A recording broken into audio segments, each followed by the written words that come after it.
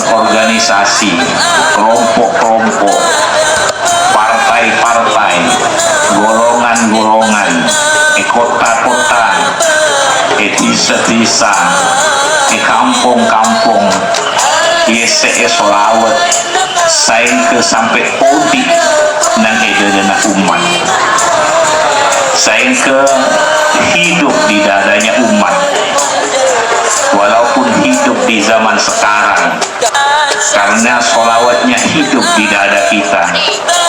maka seakan-akan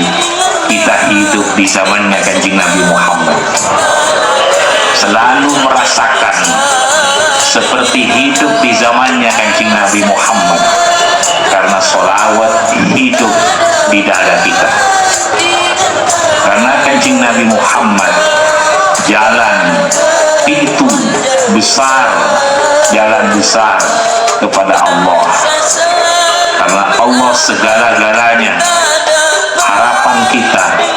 tumpuan kita,